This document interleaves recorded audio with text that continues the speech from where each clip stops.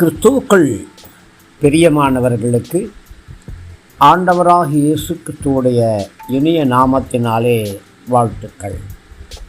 இந்த நாளின் காலை வேளையிலே ஆண்டவராகிய கர்த்தர் உங்களை பார்த்து சொல்கிற வார்த்தை, நான் உங்களை தேற்றுவேன், நான் உங்களை தேற்றுவேன். ஒருவனை அவனுடைய தாய் தேற்றுவது போல நான் உங்களை தேற்றுவேன். நீங்கள் எருசலேமிலே தேற்றப்படுவீர்கள். பிரியமானவர்களே, கர்த்தர் உங்களை பார்த்து சொல்லுகிறார், சந்தோஷப்பட்டு களி கூறுங்கள் என்று சொல்லுகிறார். சந்தோஷப்படுங்கள் என்று சொல்லக்கூடிய கர்த்தர் அந்த சந்தோஷத்துக்கான வாய்ப்புகளை உங்களுக்கு கொடுக்கிறாரு. உங்களுடைய இருதயங்களை கர்த்தர் சந்தோஷத்தினாலே பக்குவப்படுத்துகிறார். பிரியமானவர்களே, 12ஆம் வசனத்திலே, இதோ நான் சமாதானத்தை ஒரு நதியைப் போலவும் ஜாதிகளின் மகிமையை புரண்டு ஓடுகிற ஆற்றைப் போலவும் அவளிடமாக பாயும்படி செய்வேன் என்று சொல்லுகிறார். இதன் நிமித்தமாகத்தான் நீங்கள் சந்தோஷப்பட்டு களி கூறணும். உங்களுடைய சமாதானம் ஒரு ஓடையைப் போலவோ தேங்கின குட்டையைப் போலவோ இல்லாதபடி ஒரு நதி போல வளைந்து நெளிந்து ஓடிக்கொண்டே இருக்கும். இந்த வசனத்தை தான் ஒரு சினிமாக்காரன் நதி போல ஓடிக்கொண்டிரு என்று சொல்லி தன்னுடைய சினிமாவிலே அவன் பயன்படுத்தினான். பிரியமானவர்களே, உங்களுடைய சமாதானம் ஒரு நதி மாதிரி ஓடிக்கொண்டிருக்கும். பிரியமானவர்களே, புதிய ஏற்பாட்டில் எங்கெல்லாம் இயேசு அப்படின்னு சொல்லி அவருடைய பெயரை சொல்கிறீங்களோ அங்கெல்லாம் சமாதானமும் சேர்ந்து வரும். சமாதானம் இல்லாத சுவிசேஷம் கிடையாது, சுவிசேஷம் இல்லாத சமாதானம் கிடையாது. ரயிலில் 2 தண்டவாளம் போல சுவிசேஷமும் சமாதானமும் ஒன்றா இணைஞ்சு தான் வரும். யாரெல்லாம் கிறிஸ்துவுடைய சுவிசேஷத்தை ஏற்றுக்கொள்கிறாங்களோ அத்தனை பேரும் இயேசு மூலமாக வரக்கூடிய சமாதானத்தை பெற்றுக்கொள்கிறாங்க. இந்த சமாதானம்தான் ஒரு நதி மாதிரி புரண்டு ஓடக்கூடிய ஆற்ற மாதிரி கடந்து வரும். கர்த்தர் கொடுக்கிற இந்த சமாதானம் டெஃபினட்டாக சொல்கிறேன், உறுதியிட்டு சொல்கிறேன், அறுதியிட்டு சொல்கிறேன், இந்த சமாதானமாவது உங்களுடைய ஆத்துமாக்களுக்கு கண்டிப்பாக இளைப்பாறுதலை தரும். இளைப்பாறுதல் மட்டும்தானா? அது மட்டுமா? உங்களுக்கு தேவையான நன்மைகளையும் இந்த சமாதானம் கொண்டு வரும். இயேசுவுக்கு நன்மைகளின் நாயகன் என்று சொல்லி பாடி அழைக்கிறோம் இல்லையா? ஆம், உண்மையாகவே இயேசு நன்மைகளின் நாயகனாக இருந்து சமாதானம் மாத்திரமல்ல, நன்மைகளையும் உங்களுக்கு சேர்த்து கொடுக்கிறார். பிரியமானவர்களே,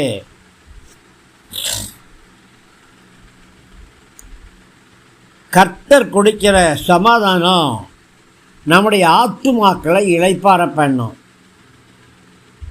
ஒரு நதி நிலத்தின் வழியாக பாய்ந்து ஓடும் பொழுது என்ன நடக்குதுன்னு பாருங்களேன். அந்த நிலத்தை செழிப்பாக்குது.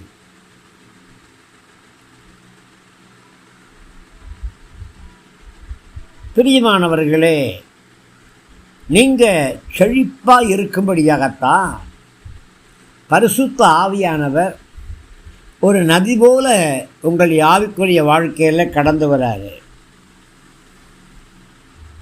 கர்த்தருடைய சமாதானம் ஒரு நதி போல உங்களுக்குள்ளே பாய்ந்து கொண்டிருக்கும் பொழுது உங்கள் ஆத்துமா கர்த்தருக்குள்ள செழித்திருக்கும்.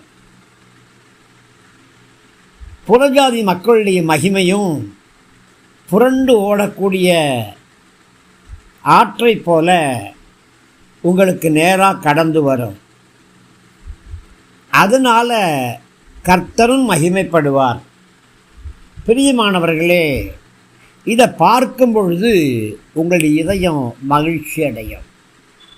நெடிய ஆட்களாகிய சஃபேருடைய வர்த்தக லாபங்கள் எல்லாம் உங்களை தாண்டி வந்து உங்களுடையதாக மாறும். தர்ஷீஸின் கப்பல்கள், அதாவது இங்கிலாந்து, அமெரிக்கா இந்த இடங்களுக்கு போகக்கூடிய கப்பல்கள் அல்லது விமானங்கள் உங்களை சுமந்து கொண்டு போகும்படியாக காத்திருக்கு. ஆல்ரெடி உங்களுக்கு சீட் ரிசர்வ் பண்ணியாச்சு. அந்த நாளில் கர்த்தர் உங்களை கொண்டு போவார்.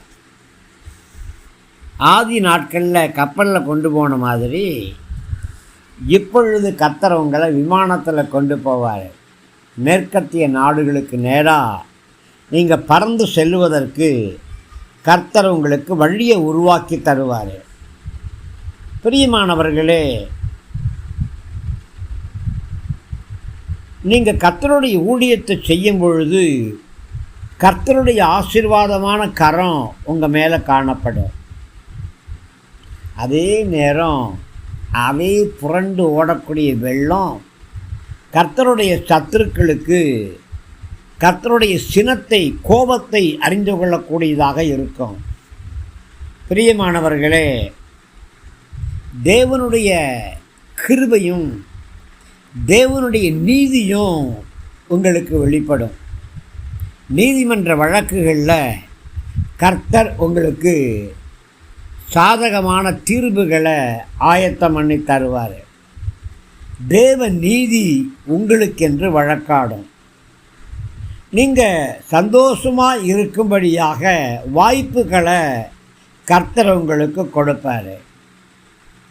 ஏசாயா 62:12 சொல்லப்பட்டபடி, அப்பொழுது நீங்கள் முலைப்பாலை குடிப்பீர்கள், இடுப்பில் வைத்து சுமக்கப்படுவீர்கள், முழங்காலை வைத்து தாளாட்டப்படுவீர்கள்.